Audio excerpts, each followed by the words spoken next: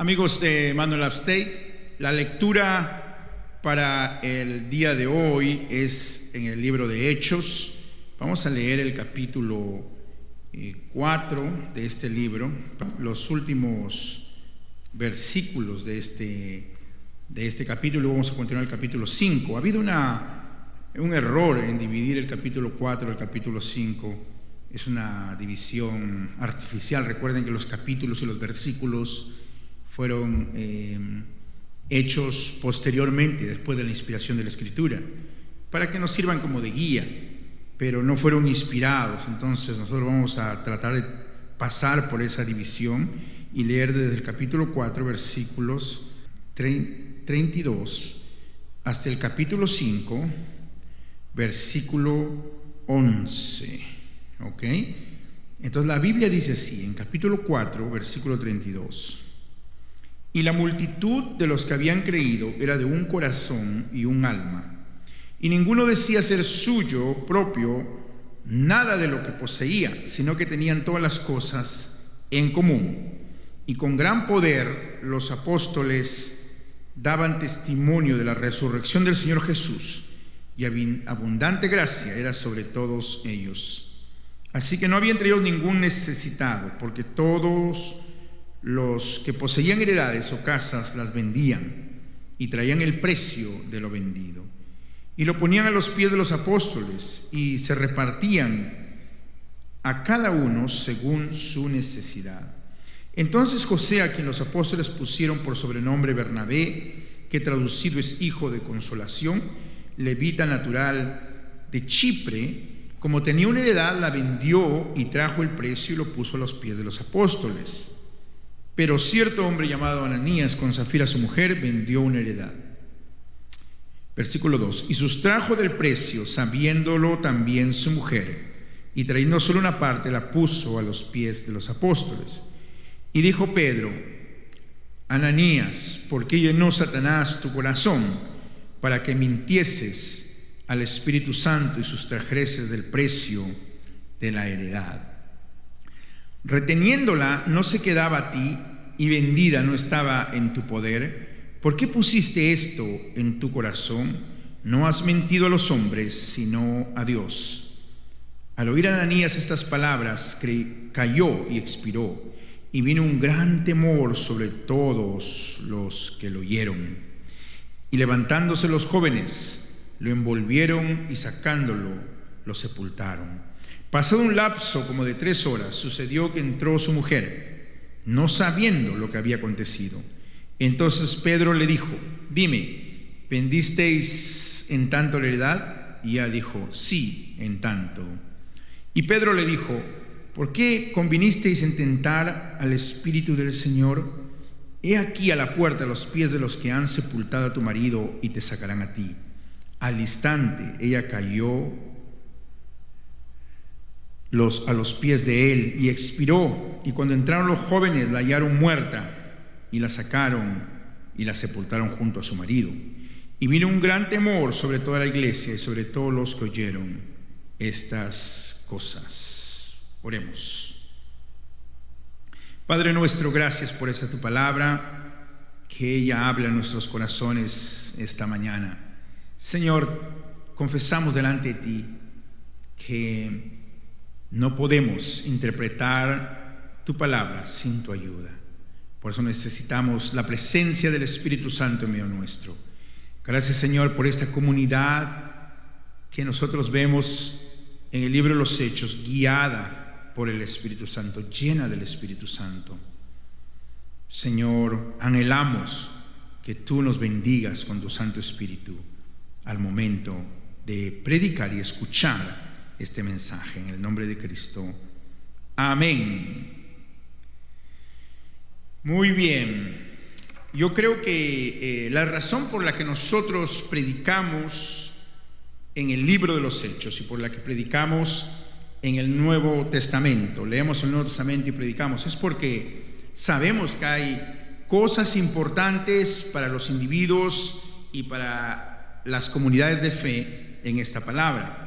Sin embargo, debemos saberlo interpretar, porque había una vez algunas personas las cuales decían: Nosotros somos como la iglesia del libro de los Hechos. Queremos ser como la iglesia del libro de los Hechos. Queremos igualarnos, ser como Pedro, como Pablo, exactamente igual. Y sin embargo, vemos cosas en el libro de los Hechos que serían muy duras si ocurrirían en este tiempo. ¿Quién se atrevería, por ejemplo, a vender su propiedad y traerlo a los pies de los líderes de la iglesia el día de hoy? No estamos hablando de dar el diezmo, sino de vender la propiedad totalmente y traerla. ¿Quién diría que cuando hayamos mentido algo, nosotros caeríamos muertos?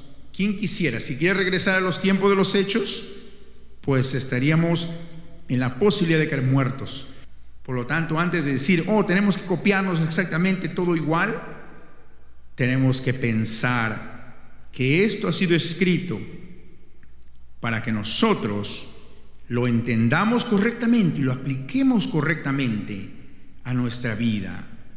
Y especialmente quiero enfatizar aquí que cuando uno lee, si usted es un creyente de verdad, guiado por el Espíritu Santo, cuando usted lee este texto bíblico, produce en usted lo mismo que produjo a la gente de aquel tiempo, un temor reverente. Aquel que no es creyente, obviamente le puede producir otro tipo de emociones, inclusive sentimientos de injusticia. ¿Cómo puede ocurrir semejante cosa, que a una pareja por haber mentido fueron fulminados con la muerte? Otros pueden sentir indignación de que no hay justicia por un castigo tan severo. Pero si usted es creyente, un creyente verdadero, usted, con la ayuda de Dios, lo que va a tener en su corazón es humildad frente a este texto de la Escritura.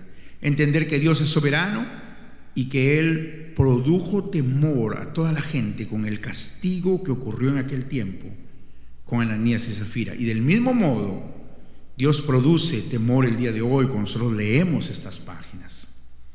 La Biblia dice que el temor es el principio de la sabiduría. Hay un temor malo cuando nos domina y no nos deja servir a Dios, pero hay un temor bueno cuando nos lleva a servir a Dios. Y el día de hoy vamos a hablar acerca de cómo este temor a Dios nos lleva a caminar en integridad. Y especialmente vamos a ver aquí cómo hay 4 oportunidades para que nosotros veamos que podemos cambiar. Cambiar es difícil, pero el temor a Dios en el sentido positivo nos puede llevar a cambiar. ¿Ok? 4 elementos aquí. Y vamos a ver cómo esos 4 elementos en cierta manera se encarnan en diferentes individuos que enfrentan el juicio de Dios o la disciplina de Dios en este texto bíblico. Lo primero, somos llamados a cambiar de un cristianismo nominal a un cristianismo consecuente, de un cristianismo nominal superficial a un cristianismo comprometido. En segundo lugar, somos llamados a cambiar de un cristianismo hipócrita a un cristianismo honesto. Eso es integridad, un cambio de la hipocresía a la honestidad. En tercer lugar, vamos a ver que es un cristianismo basado en el arrepentimiento, en la confesión y en el arrepentimiento. Nos llama a cambiar y abandonar un cristianismo el cual se justifica constantemente a sí mismo. Nos llama a confesar y evitar justificarnos a nosotros mismos. Y en cuarto lugar, y como último punto, nos llama a un cristianismo que cambia de ser un cristianismo secularizado a ser un cristianismo auténtico. ¿Ok? Vamos a ver cómo esas 4 cosas son una oportunidad para nosotros el día de hoy. No se han escrito para darnos terror, sino para causarnos temor por Dios y darnos una oportunidad. Qué glorioso es que usted y yo tengamos vida y podamos leer esta escritura y tener esta oportunidad de ser diferentes. Qué glorioso es para la iglesia de hoy, para los Estados Unidos, la iglesia en los Estados Unidos y en otras partes del mundo, tener esta oportunidad en este domingo de arrepentirnos y de buscar la integridad. Quizás todo lo que nos está ocurriendo el día de hoy, todas las circunstancias que estamos viviendo, nos dan una gran oportunidad. Más allá de la pregunta de si nos están castigando o no, pensemos en qué oportunidad tenemos el día de hoy para usar esto para volvernos cristianos íntegros. Primera cosa, el cambio de un cristianismo nominal, o sea, cultural simplemente, a un cristianismo comprometido con Dios. Miren aquí, vamos a verlo esto principalmente en un personaje muy importante aquí, que es Bernabé. Nos habla de Bernabé y empezamos con eso. No vamos a empezar con Ananías y Zafira. No podríamos entender a Ananías y Zafira sin entender a Bernabé. ¿Qué es lo que pasa con Bernabé aquí? Dice en el versículo 36: entonces José, a quien los apóstoles pusieron por sobrenombre Bernabé, que traducido es hijo de consolación, levita, natural de Chipre, como tenía una heredad, la vendió. Hasta aquí nomás. Esta es la costumbre o la forma como el estilo del médico que escribe aquí, Lucas, de introducir algunos personajes al inicio, en algún momento de la historia, del cual va a hablar más posteriormente. Sin embargo, aparte de introducir esto, nos ayuda a contrastar con Ananías y Zafira. Por eso el capítulo 5, en el versículo 1, empieza con la palabra pero cierto hombre. Hay un contraste entre Bernabé y Ananías y Zafira. Entonces, primera cosa que nosotros vemos aquí es que Bernabé vende una propiedad y la trae a los pies de los apóstoles. Usualmente se ha hablado muy bien de Bernabé, casi siempre, por esta actitud, y usualmente se considera como una cosa bellísima y a Bernabé como una persona ejemplar. Yo no digo lo contrario. Sin embargo, si nosotros entendemos la profesión o el oficio de Bernabé, vamos a entender de que hay algo positivo en Bernabé, pero en realidad hay un cambio. Hay un cambio en su vida, el cual nosotros tenemos que seguir. Bernabé era levita, y como nosotros hemos estudiado, hemos predicado en esta misma iglesia acerca de Josué, en el libro de Josué nosotros vemos cómo los levitas, a la luz de los otros libros escritos por Moisés, nosotros vemos cómo los levitas no se les dio heredad cuando fue el repartimiento de la tierra, sino que se les dijo a ellos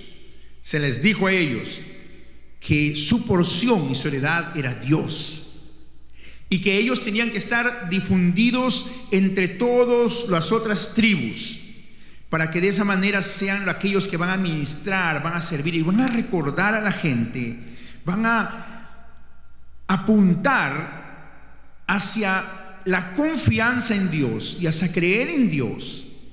Y ellos van a ser los que no van a permitir que las otras naciones puedan influenciar negativamente en las comunidades, en las tribus de Israel. Miren, no es simplemente por coincidencia que se menciona que él era levita y que se menciona aquí en este lugar acerca de la muerte de Ananías y Zafira, el cual es un reflejo en el Antiguo Testamento de la muerte de Acán, en el mismo libro de Josué. No, en realidad la palabra de Dios nos está mostrando aquí en este momento que Bernabé, al aprender acerca de Jesucristo, reflexiona y dice: yo soy levita, yo no debo tener esta propiedad, yo debo vender esta propiedad, cambiar y ponerlo a los pies de los apóstoles. Amados hermanos, en el tiempo que Bernabé había desarrollado su trabajo como levita, él era natural de Chipre, de una zona alejada de Jerusalén. En aquellos lugares, debido al contexto en el cual ellos vivían, judíos de la diáspora, los levitas habían adoptado las prácticas de los otros y habían visto que era práctico. No era práctico para ellos no tener una propiedad, o no era práctico para ellos no comprar y vender. Ellos estaban prohibidos comprar y vender las propiedades. Al inicio hicieron cedieron en dejarles a ellos tener temporalmente ciertas propiedades. Posteriormente les empezaron a dejar a la oportunidad para ellos de comprar y vender, de negociar con las propiedades. Miren, eso me hace recordar un poco como cuando Francisco de Asís fundó la orden franciscana. Él les prohibió a ellos, para seguir la regla estricta que él pensaba que deberían seguir, de no llevar bolsa con ellos, de ir solo mendigando, de ir con un solo calzado en los pies y con una sola bata. No deberían tener más de una túnica. Y les dijo de que no deberían tener, ni siquiera poseer una Biblia. En ese tiempo, claro, las Biblias eran más costosas que el día de hoy. Sin embargo, pasaron los años y ahora la orden franciscana es dueño de grandes propiedades. Y hay franciscanos que están llenos de lujo, es decir, que han ido adaptándose con el paso del tiempo, ¿no? Eso nos muestra de que también nosotros, como cristianos, vamos a tener esa tentación de adaptarnos y de adaptar nuestra iglesia a los tiempos de hoy, al punto que nos volvemos cristianos nominales, solo de nombre. Esta es la gran tentación, especialmente de la iglesia en los Estados Unidos. Si ustedes ven en América Latina, una de las prácticas que la gente tiene, usualmente pensamos de que los católicos romanos son como creyentes nominales, es decir, casi todos son católicos romanos, casi todos van a la iglesia una vez para bautizarse o para casarse, pero en realidad nadie practica la fe católica. De alguna manera en el sur, aquí en los Estados Unidos, es así. Todo el mundo va a la iglesia los domingos porque es la costumbre, porque no hay otra cosa que hacer y porque es como ellos han crecido. Así nuestros hijos han crecido, están creciendo. Sin embargo, en realidad, un verdadero cristianismo es necesario, tiene que ser predicado en los corazones de la gente. Y este cristianismo se ve por los frutos de cambio, de arrepentimiento que debe haber en la persona, donde la persona modifica, se arrepiente, modifica su conducta y se abre hacia el cambio hecho por Dios. La salvación es por gracia, por medio de la fe, nosotros sabemos eso, es a través de la conversión de la obra de Cristo en la cruz. Sin embargo, nosotros tenemos que tener frutos de arrepentimiento, hacer frutos de arrepentimiento, dice la palabra de Dios. Y Bernabé es un ejemplo sublime de eso. Él se volvió hijo de consolación. Él no se rindió a ser un levita solo de nombre, sino que asumió su labor de levita. La palabra consolación aquí es la misma palabra paracleto que se usa para el Espíritu Santo. Ahora, yo sé que en la exégesis no debemos pensar que necesariamente, porque es la misma palabra, ya tiene el mismo significado. Sin embargo, es muy claro aquí el contexto de cómo el Espíritu Santo guía a la iglesia, cómo el Espíritu Santo viene sobre la iglesia. Y ese Espíritu Santo viene sobre Bernabé y entonces lo vuelve a él un hijo de consolación, un hijo del Paracleto, un hijo del Espíritu Santo. En realidad está hablando aquí de un hombre el cual no solamente está consolando a las personas que lloran, lo cual es parte, es una bonita forma de ser, sino la idea de Paracleto es más como abogado, como defensor, como el defensor de aquellos más necesitados, de los más débiles, de aquellos que pasan por desapercibidos. Hay una transformación en este levita, el cual empieza a cumplir su función de levita, de aquel que impide que la masa se corrompa, de aquel que impide que la levadura leude toda la masa. Es aquel que abiertamente vende la propiedad y lo pone a los pies de los apóstoles.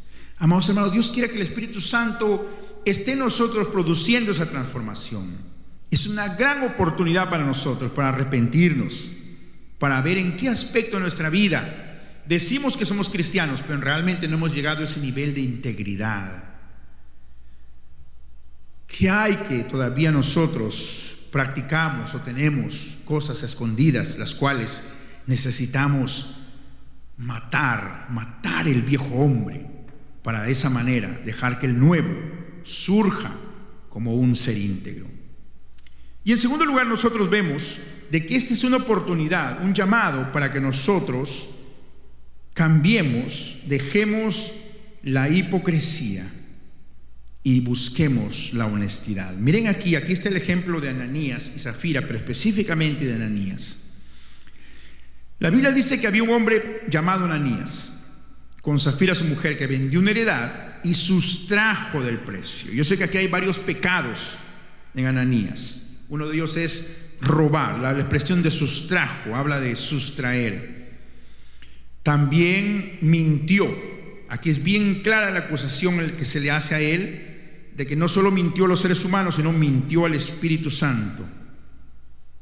En un momento en que la iglesia estaba llena del Espíritu Santo, Ananías representa la continuidad de Judas, porque aquí se dice bien claro en el versículo 3, cuando Pedro le dice: ¿por qué llenó Satanás tu corazón? Miren, aquí en el capítulo 4 se está hablando de que en el versículo 31, cuando hubieron orado, el lugar en los que estaban congregados tembló y todos fueron llenos ¿de qué? Del Espíritu Santo, y empezaron a hablar con las palabras de coraje, de denuedo, de valentía.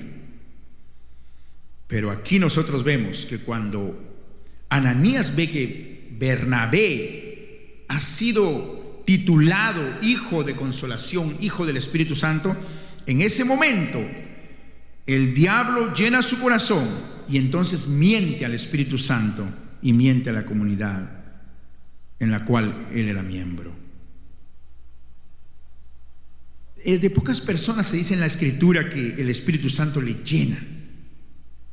llena su corazón.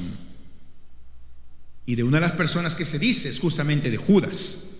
Exactamente no sabemos qué había detrás de todo esto, pero es muy claro que en el versículo 4 se aclara bien, evidentemente, de que él no es juzgado por no dar la propiedad o no venderla o quedarse con el dinero, sino es juzgado porque él miente para aparentar. Miren lo que dice versículo 4: reteniéndola no se te quedaba a ti y vendida no estaba en tu poder. Usted hubiera podido quedar con el dinero, quedar con la propiedad. ¿Por qué pusiste esto en tu corazón? No has mentido a los hombres, sino a Dios. Amados hermanos, el mayor pecado de Ananías, de todos los pecados que tenía aquí, es que él representa al enemigo que ha sido mentiroso y que quiere robar la gloria de Dios, y que hipócritamente quiere aparecer como aquel que ha sido bueno con la comunidad. Quiere figurar, quiere aparentar algo que no es. Quiere igualarse o superar a Bernabé. Y esa es la tentación de los creyentes en una comunidad de fe, de que todos nosotros tenemos esa tentación y tenemos ese pecado, de que nosotros queremos aparentar algo que no somos. Nos cuesta ser honestos con nosotros mismos, nos cuesta ser honestos con la comunidad de fe, nos cuesta ser honestos con nuestro prójimo y aparentamos lo que no somos. Hermanos, este es un pecado el cual marca la iglesia del día de hoy en este país. Cuando nosotros vivimos una actitud hipócrita, cuando aparentamos tener un cristianismo profundo, pero en realidad dentro de nosotros mismos no hay esa honestidad. La forma como nosotros hemos tejido nuestra propia forma, nuestro propio modo como hacer misiones, cómo hacer ministerio, nos lleva a esa hipocresía. Tenemos que presentar cosas bonitas, pintar las cosas bonitas para que nos acepten, para recibir, ser aceptados, ser reconocidos. Tenemos que dar reportes bonitos de lo que está pasando. De lo contrario, no somos valorados. Yo recuerdo cuando una vez acompañé a un misionero a presentar aquí en los Estados Unidos, y nos fuimos a una congregación y él presentó delante de la congregación con mucha honestidad como un creyente el cual él había predicado en un lugar de la sierra, como este creyente se había convertido, pero después había caído en pecado y había vuelto atrás. Eso yo casi no lo veo, casi nadie habla de eso. Generalmente los reportes misioneros son de conversiones, de cosas grandiosas, que se están plantando iglesias por aquí y por allá, que un montón de gente se ha convertido y que todo está de maravilla.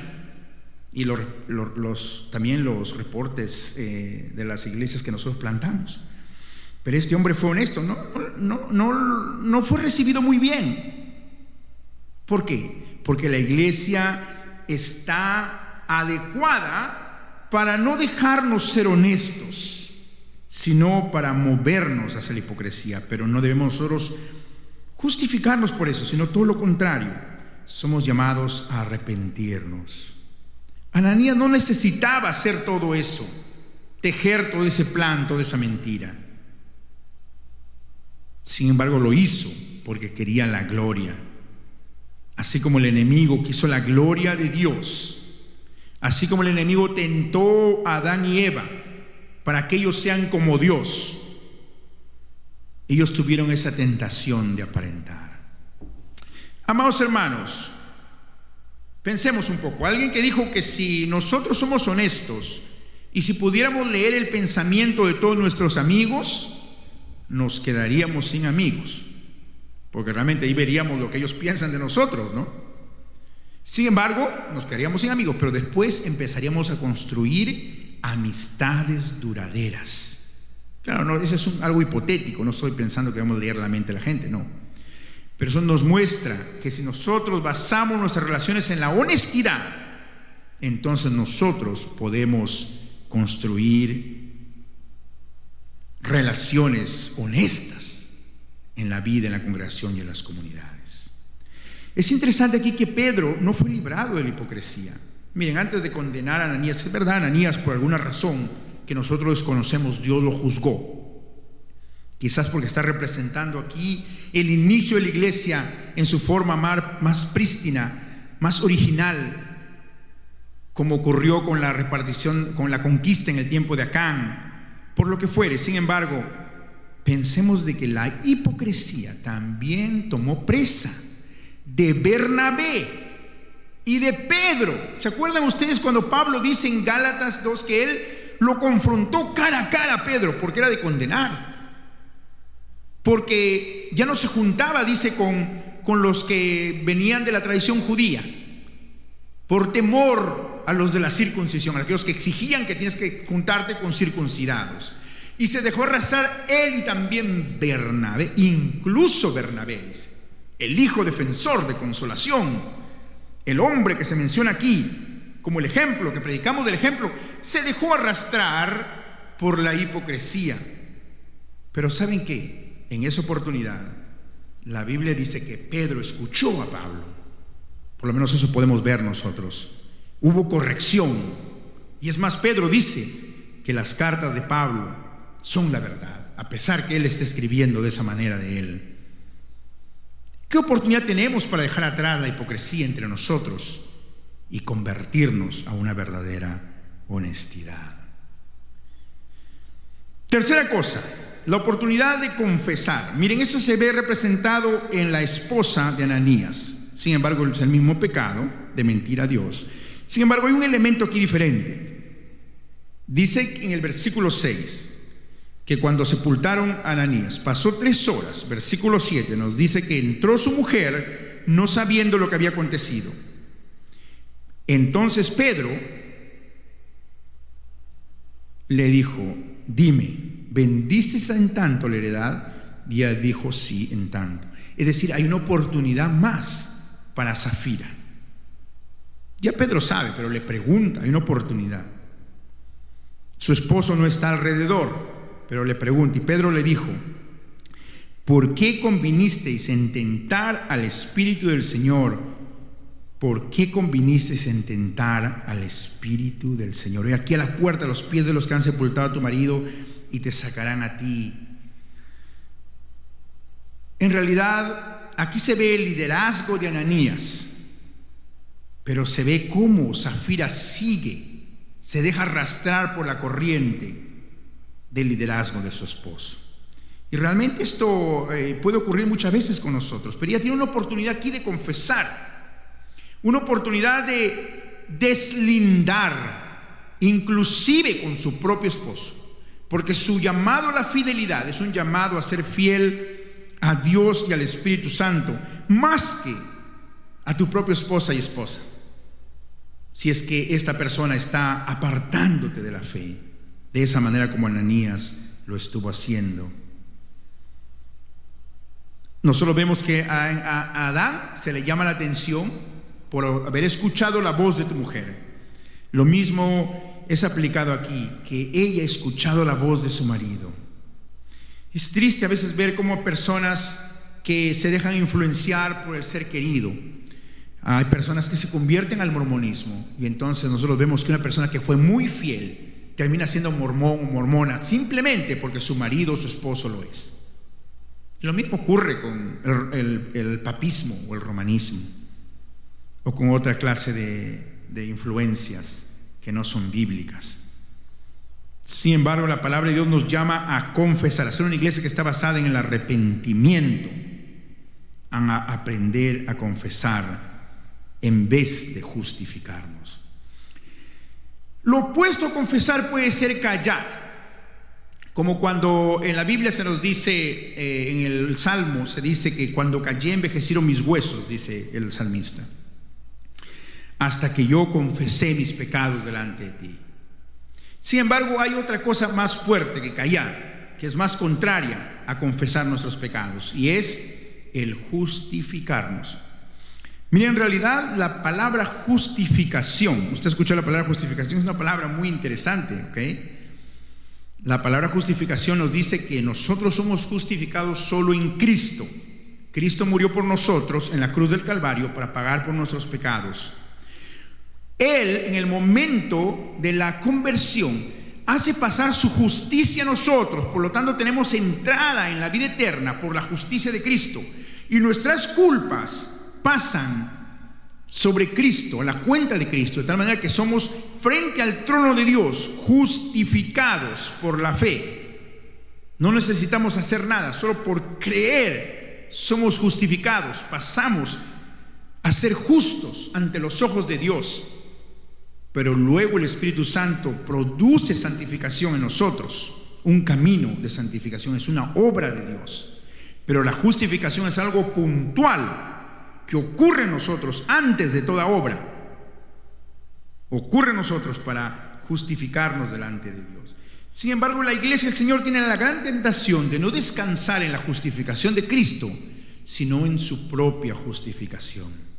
Todos nosotros tenemos esa tentación desde niños. Yo he sido profesor de niños, ¿no? Ustedes saben, ahora valoramos mucho a los profesores. Y recordé ahora, cuando estaba intentando enseñar un poquito a mi hija, recordé que cuando yo era profesor terminaba exhausto. Muchas veces llamábamos a los niños, y la primera palabra, cuando había una acusación o algo, cuando yo llamaba a los niños, la primera palabra era no.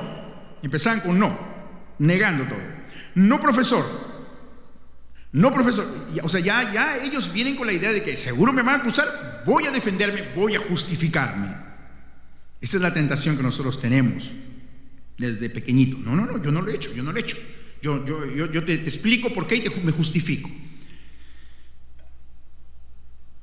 Eso está en todos los lugares, ¿ok?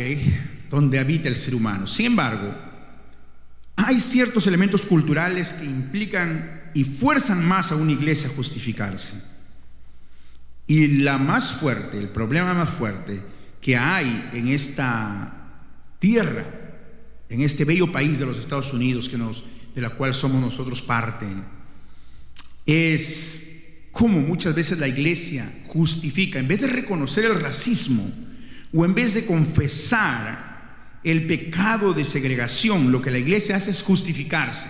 No, dice, pero todos somos diferentes, pero es muy difícil, o simplemente eso ya pasó, es tiempo del pasado, es de la historia, olvidémonos. O otras cosas como en realidad fue una relación buena, ¿no? Yo he escuchado hasta pastores decir eso. Había una relación buena, era por el bien de los propios esclavos que se hacía la esclavitud. Era para su propio bien de ellos, para protegerlos, porque después cuando se les dejó, mire cómo se convirtieron. Es decir, nos justificamos, pero no pedimos perdón. No estamos dispuestos a arrepentirnos. Preferimos irnos a las puertas del infierno justificándonos a nosotros mismos con nuestra propia conducta, en vez de decir, misericordia de mí, porque soy pecador. Perdóname, Señor, tú has muerto en la cruz del Calvario por mí. No hay justificación para la esclavitud, no hay justificación para la segregación. Perdóname, Señor. Y es aquí que ocurre el juicio contra Safira, una mujer que no quiso arrepentirse o confesar, aun cuando su líder no estaba alrededor.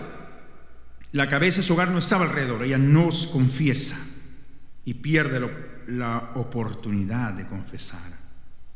Y en cuarto lugar, es la oportunidad que nosotros tenemos de vencer el secularismo y ser una iglesia consecuente. Miren aquí lo que nos dice la palabra de Dios, que sobrevino temor a todos. Por supuesto, la muerte siempre produce temor. ¿Es verdad o no? En todo lugar la muerte produce temor. Al inicio nos reíamos de los virus, ¿no?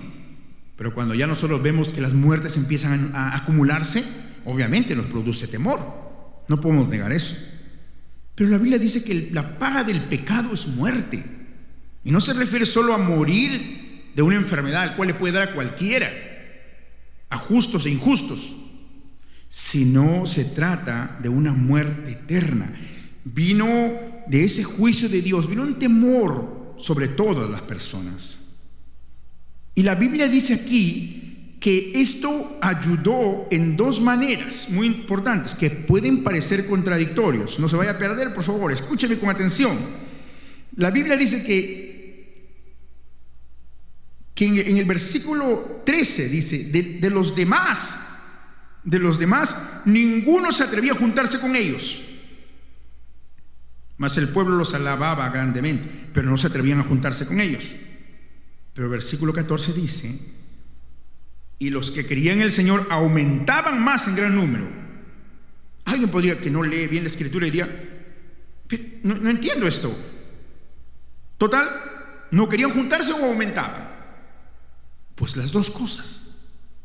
No querían juntarse si es que no eran verdaderamente creyentes. Pero había verdaderas conversiones y la gente se añadía a la iglesia por una verdadera convicción. Y aquí el énfasis se hace bien claro, que Lucas lo hace siempre en la escritura. Gran número, dice el versículo 14, así de hombres como de mujeres. Escuchen bien. Es decir, gente del género de Ananías como el de Safira. Ambos tuvieron la oportunidad de ser íntegros y de abrazar la integridad por medio de este temor. Amados hermanos, el gran problema de las iglesias donde hay una cultura cristiana, como acá en los Estados Unidos, es que no hacemos esa separación entre mundo e iglesia.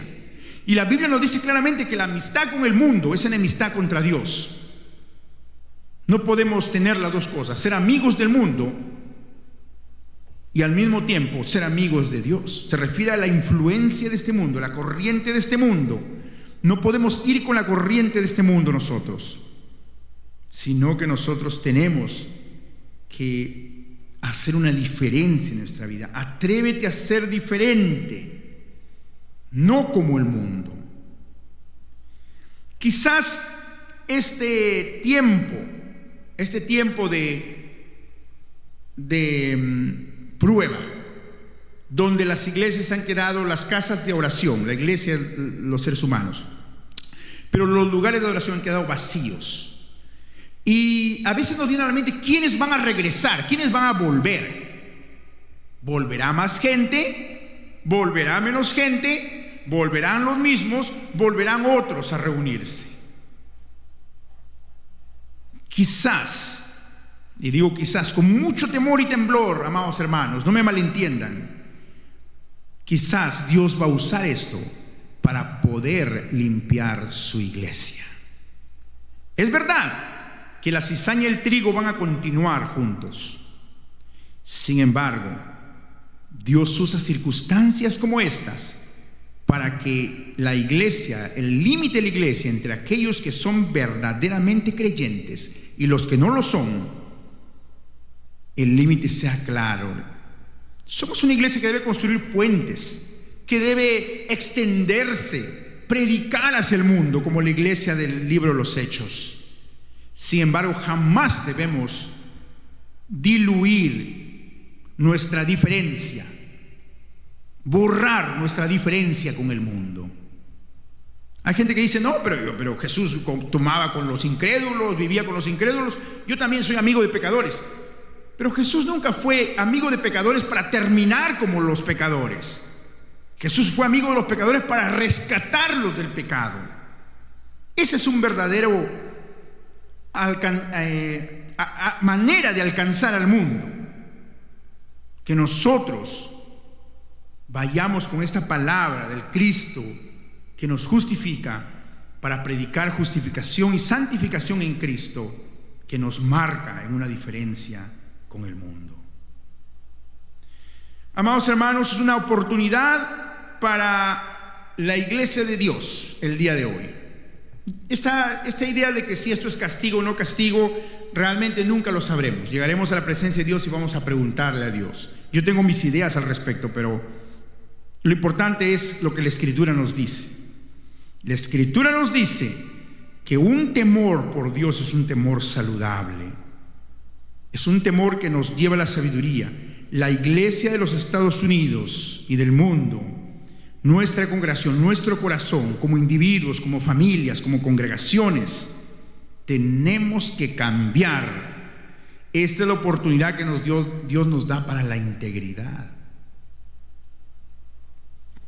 Ya lo sabemos.